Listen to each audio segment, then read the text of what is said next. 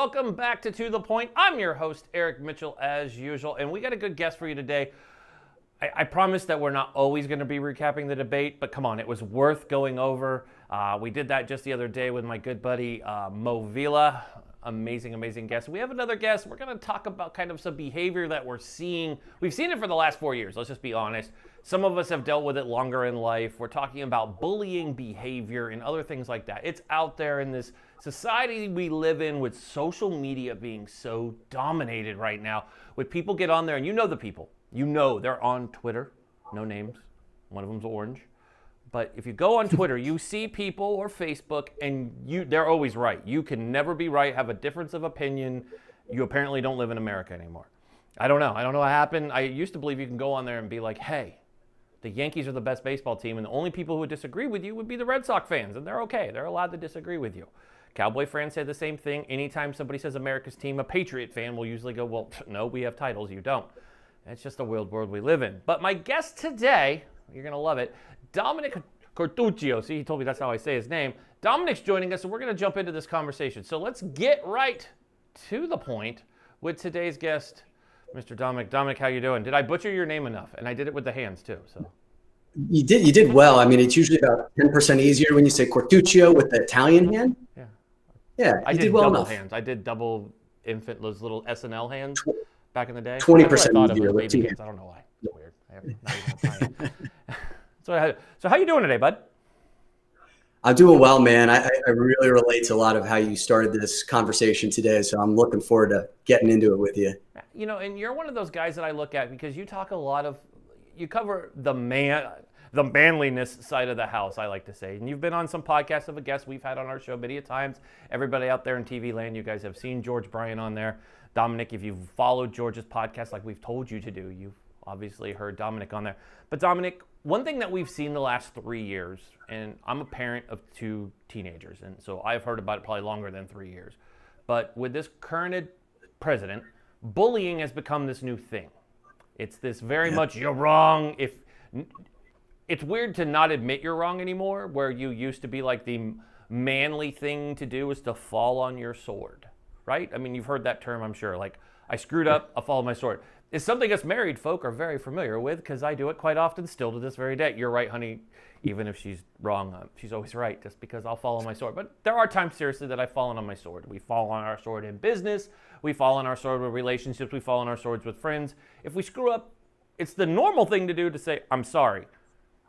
Instead, now we are sitting here in 2020, and now it's like, no, if you're wrong, you'd like, it's fake news. This person is wrong. So that brings me to the debate. What were your thoughts when you saw that, right? Because there was bullying right there from the get-go. Yep. It was like a living example. It's not just Twitter. So what were your thoughts just right off the bat on that? I tuned in maybe about 10 minutes into the debate. I sat around for 5 to 10 minutes of it before I shut it down because I didn't think it was worthy of my time. The way that the way that was being held, the way the discussion was going down, I didn't think it was worthy of many Americans' time or energy. Yeah. After I shut it down, I ended up going on social media and I saw a lot of mental health professionals coaching their audiences on how to breathe through that experience, through that debate, because it was so triggering. It was so childish. It was so unproductive. And, you know, the analogy I think I gave to you before we started recording was, it was like watching a baseball game where the pitchers refused to throw strikes. They just were beating batter after batter. And the game that we have come to love and the faith that we've come to have in the system, it was shattered to a degree by watching something like that. And so I chose to withdraw my attention and energy there. And I made a call out for all 3 of the men in that debate forum. You know, we obviously have President Trump, we have Joe Biden, but we can't forget Chris Wallace, who is also a really important third part of this, and why the thing went off the rails. And we can get into that in a couple minutes too, in my perspective on that. For sure on that, as we jump into that. But, you know, we want to talk about, because you're right, and it was I've always said it was like a soccer mom with a carload of kids, and little Donnie in back is the one who's throwing jelly beans, giving everybody wet willies as they're driving down the road. That's how I felt for Chris Wallace, a very respected journalist. I have mad love for him. Now, there's been a lot of talk that debate. Now, both sides are looking for winners, and I think America was the clear loser out of that Correct. hour and a half. And it was hard to not watch. Working in the media, something we watch. I sat down with my children. They were embarrassed. It wasn't a debate I grew up on. Growing up on Reagan, Bush, even Clinton, even Barack Obama, an expert one. John McCain, fabulous debater. Mitt Romney, another great one. Any of the Bushes, they're terrific. Of course, the Clintons, Hillary Clinton. Hey, Bernie Sanders is a good guy to debate with. This was just unbelievable that the leader of the free world was behaving this way, but now they've talked about changing the rules, and I want to give a quote to our audience in case anyone saw this. The president came out with a comment, and his response was, when they said they were going to change the rules, why would I allow the debate commission to change the rules for the second and third debate when I already won the first one? Yeah. So let me ask you, Dominic. We'll keep with the baseball, the sports analogies here. Why, when it comes to being manly, why does that automatically come with bullying? Because I think being manly to me is something different. To me, being manly, me having a 13-year-old son, being manly to me is being a man of honor. A man of spiritual belief where you believe and you have your convictions and you stand for it, opening a door, having respect for women, having respect for everybody, not running around telling everybody they're wrong, respect for everyone, and understanding people all have things in their past and you can't judge them. Obviously brought up in the debate quite often was Hunter Biden and his opioid addiction, which seems to be this crutch that nobody's ever screwed up in their entire life. And I think we all have different addictions.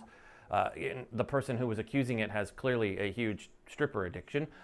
So what are your thoughts? Why is bullying and being manly in the same sentence when I don't think they are? But in the last 3 years, it seems like to be one, you have to be the other.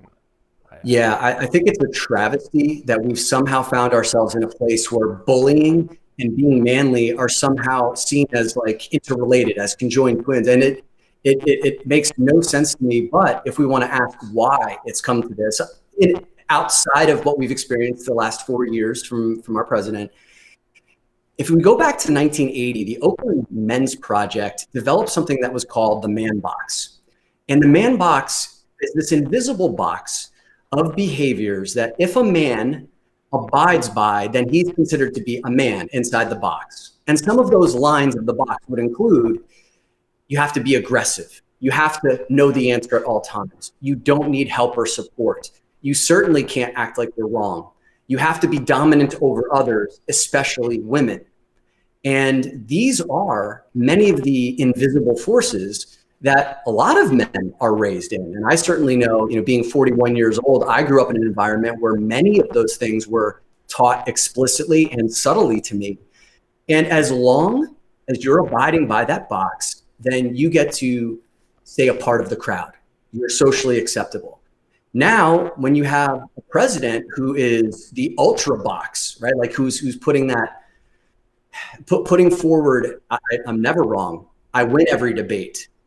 I never admit that I'm wrong. It gives permission to a lot of other people to strengthen those areas of the box. And the real men that I know, the men who are doing the inner work, men who are courageous, are the ones who can be strong on the inside and withstand and take someone else disagreeing with them, who can integrate someone else's diverse perspective and create a both and versus an either or. So these are just some of the things that I'm seeing as to why this stuff exists. But healthy masculinity does not come with at all bullying. It's the antithesis of what's powerful and manly, in my opinion. Totally. I totally agree with you on that one, because that, it is interesting as we, just having some fun technical difficulties as we do a show. So everybody forgive my new background for right now. But this is always fancy. It's like, hi, I'm just here. But when you talk about this, I just don't understand. And I'm coming from a perspective different than most. I'm a Marine, right? So when you think manly, and you also could think bullying, because we're kind of known for always being right because we're Marines. But this is different. how do I word this and make this make sense for our audience? Well, one thing I've noticed with this president and his followers is they've become a lot like him. It's this attitude that no one else is right. It's your right or there's no right, and you're in all the name calling that comes with a difference of opinion, which we used to be able to have a difference of opinion in our country. Now you're called a snowflake, or even if you're not a liberal. I mean, I've had Republican friends of mine called snowflakes and liberals, and they're like, was it mandatory I have to like the president if I'm Republican? I'm like, look, I was registered as a Republican, and I love Barack Obama. Met the dude over 8 times, so are there rules that I didn't get? I feel like I'm missing a set of rules. So when we come back from this break, Dominick, I want to continue that conversation. I want to go a little long on this because I think it's important, because bullying is so important. And these next 30 days are so key in more things than just an election, because our country is at this interesting teetering point where you almost don't want to go in any direction. You just want to try to bring us back from the brink of bad. So when we come back from the break, we're going to have more with our guest, Dominick. We're going to talk more about bullying and manliness. Stay tuned.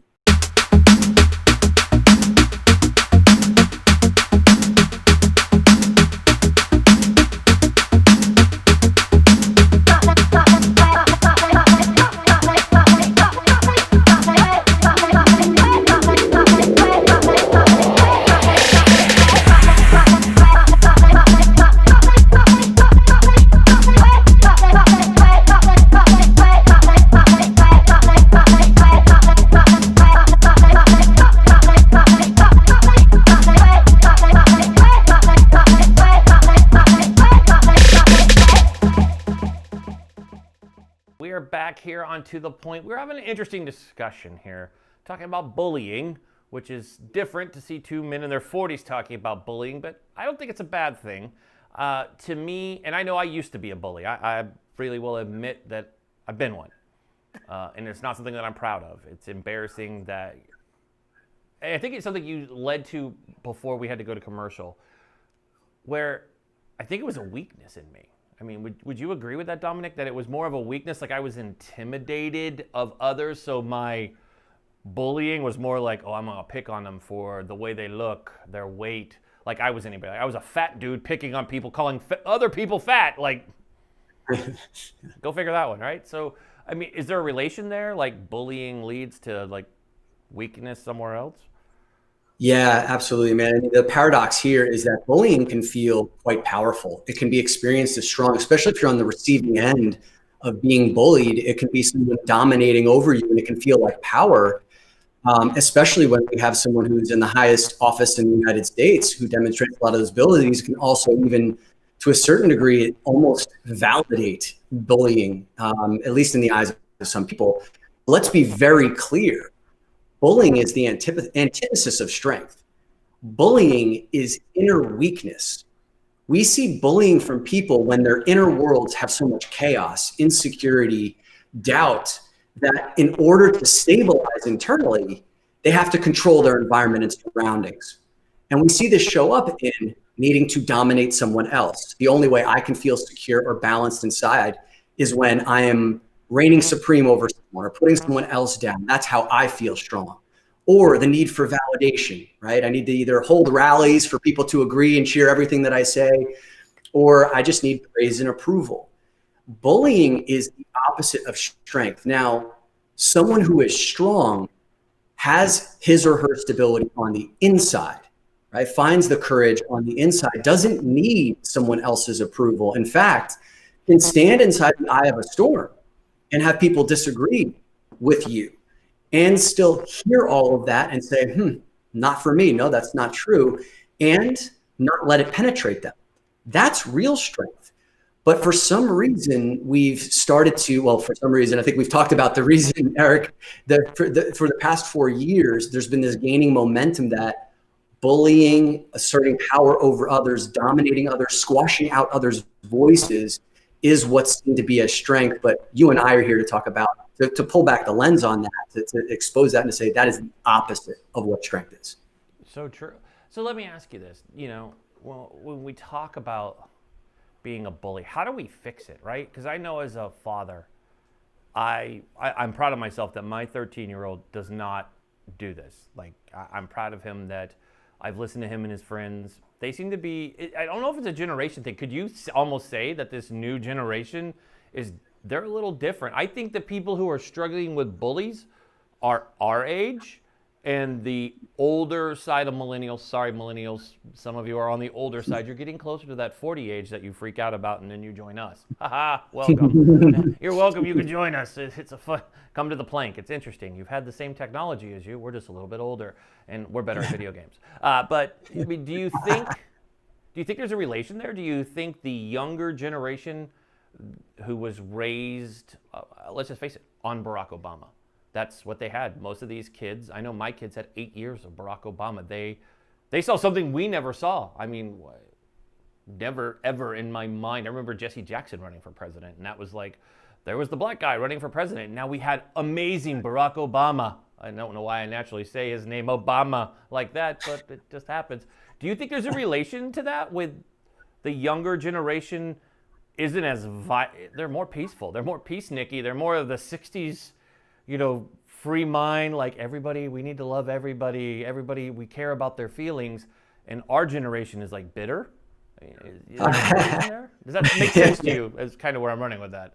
Yeah, I think there's a few things here, man. I mean, when you talked about the 8 years of Obama, it makes me think about a time where I saw Obama being heckled at a town hall, and there was one person screaming out at him, trying to interrupt him, and the entire audience raced to throw that heckler out, and Obama peacefully stopped and said, hang on, let me address this person, and he can stay. And he very calmly, compassionately corrected that man, but also with like a real stern demeanor, just standing up for what he believed in, using fact that he was grounded in. And that's like the textbook case of strength, right? And I think 8 years of macro examples like that, but also micro examples of how he showed up every day, for sure has an effect on a generation. Yeah.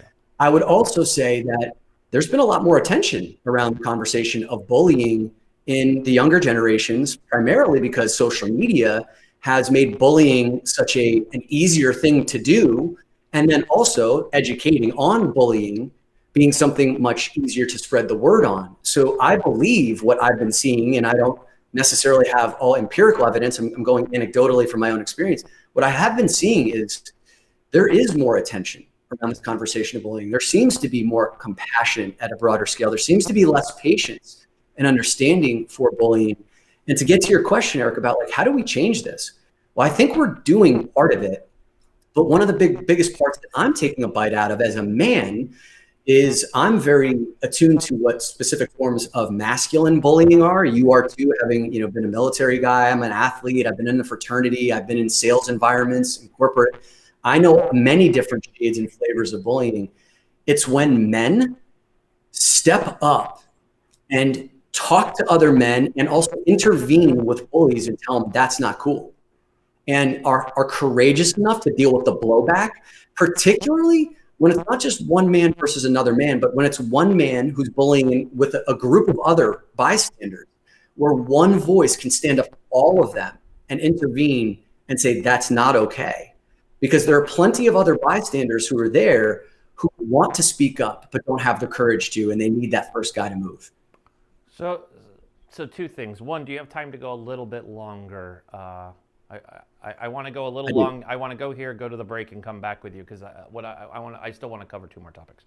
So cool. It's my show, so we're doing this. I just want to give permission Let's do it, because I'm really enjoying this conversation. So it's interesting that you bring that up, talking about this anger. My fear is we had 8 years of President Obama, which brought bullying. Obviously, way too many school shootings have occurred, more than I can ever think. I remember when Columbine happened, and I was like, oh, we'll fix this. And then Sandy Hook happened, and I go, we'll fix this too. And I guess the benefit of COVID is we haven't had mass shootings. I guess we can say that's a good thing. But my fear is this. November 3rd happens, and we have another 4 years. So this generation, including all of us, have another 4 years of what I can say has been the most violent 4 years that I can remember. People fighting. I live in Portland, Oregon. Our streets are full of two sides fighting. I mean, we just had it the other night, a white supremacist group or a hate group. They're like, oh, his leader's Latino. Okay, he is. You're right, he is. They're still a hate group. DHS marked them as a hate group. They showed up with AR-15s. If you're armed, roaming around, you're probably not a good person. So when we come back from the break, I want your thoughts on, do you think it could get worse and where we could get headed, and how do we prevent that? And then I'd like to also talk a little bit about Chris Wallace, and then we can let you go. But I want to get your feedback on that, because what you said really struck a nerve, because that's what my concern is. Both sides of the sword here. As much as I'd really like to see Joe win, there's a strong chance that he will not. I mean, there's a lot of people who support this current president, and more power to them. If they all vote and they do their thing, remember, folks, go out and vote November 3rd. But, I mean, everybody has the power to do that. If the populace says that's who they want, then that's our country speaking. That doesn't mean we have to agree with it. So when we come back from the break, folks, we'll have more with Dominick. Stay tuned.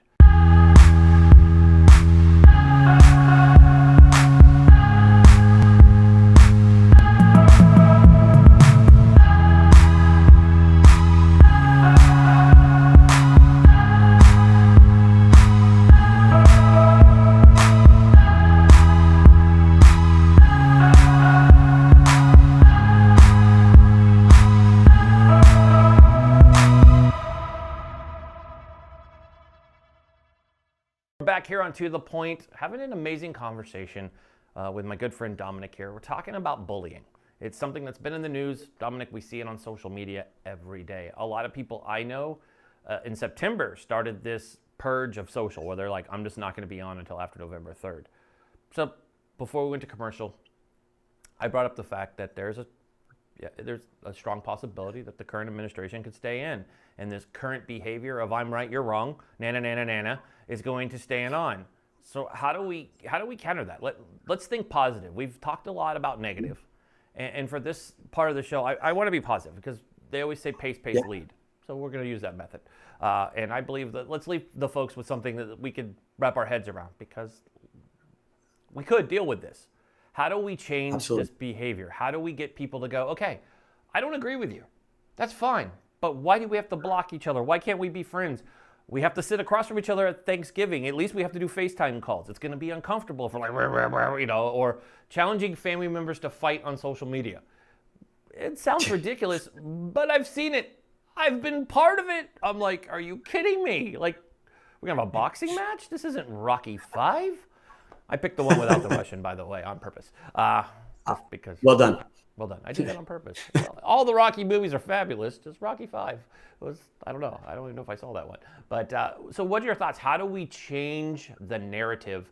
And I think men, not just men, but everybody change this narrative of this bullying behavior, because this is the first time, and I know this is a longer kind of question to you. It's two parts. But what about even I've seen women now kind of get this angry, and it's not feminism, which I totally support. It's this angry, you're wrong, I'm right, shame on you, shunning of people. And I've seen it, especially when it comes to presidential stuff. Not sports, not spandex, not Peloton. No, it's a president. We're losing our minds over a president. So how do we fix this? How do we get on the right again? Yeah, it's a great question. There's a few answers. The first thing, taking a positive standpoint on this, Eric, we talked about before how bullying is really coming from a place of inner weakness, right? And I know that you referenced earlier that there were parts of you that used to bully. And I think the first place that we can come to is understanding that there's like some compassion. It's hard to have compassion for our president right now because he's been jammed down our throat for the past 4 years. But there is a part of me that can find compassion for almost any bully, because I know what weakness feels like. I know what insecurity feels like. I know what it's like to doubt myself internally. I know what it's like to need to stabilize off of external sources, validation, money, approval, you name it, in order for me to feel a sense of strength.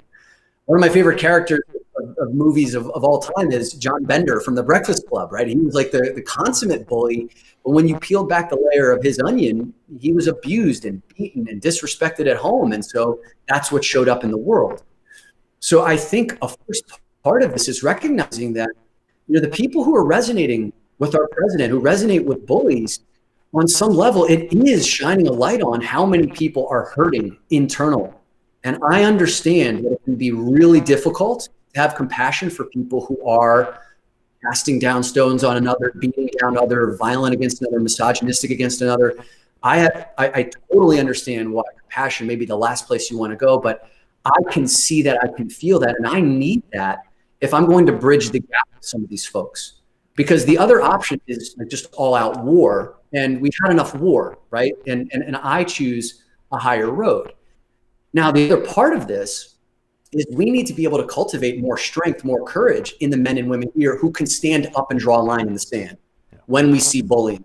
Like the example I gave you before with Barack Obama and the heckler saying, stop, no, that person's welcome, but I'm going to correct you. And to do it from a place of grace and compassion to show how it's done, we need that as well. So this is a call to more courageous men and women, however you identify.